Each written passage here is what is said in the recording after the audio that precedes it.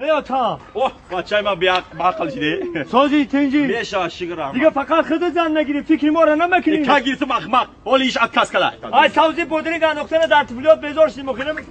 میتم تا بچم همین که نوبت رسی همین که روز ساعت کی رسید میتم تو خب کی نوبتی ما میرسه میشه همیشه فکرتا میکنم داماد عروس را تکلیف میکنه مرحمت آخر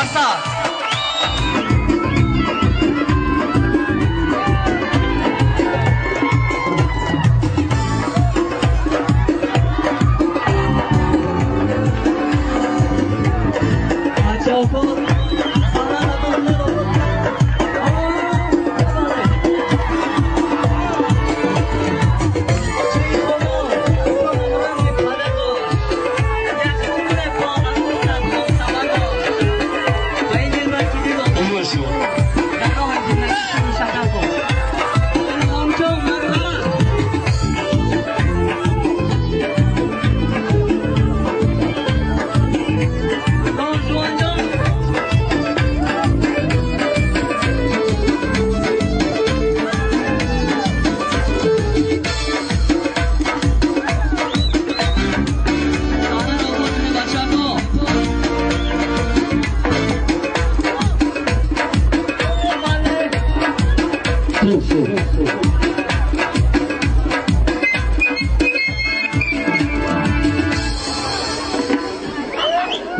دوتای شوارزیت دوتای خوشا شوار مرحمت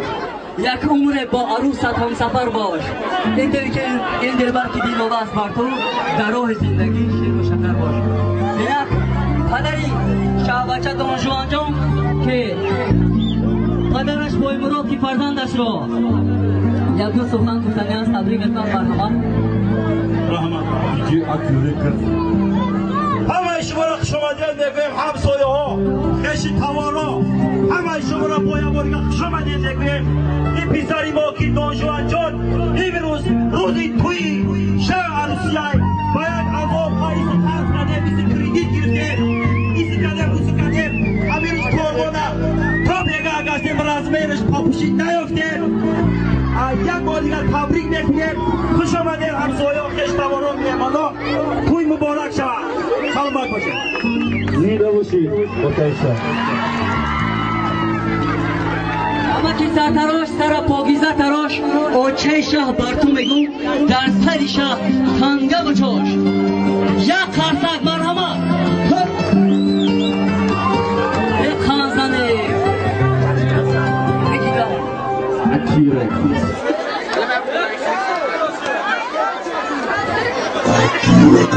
بسر شبه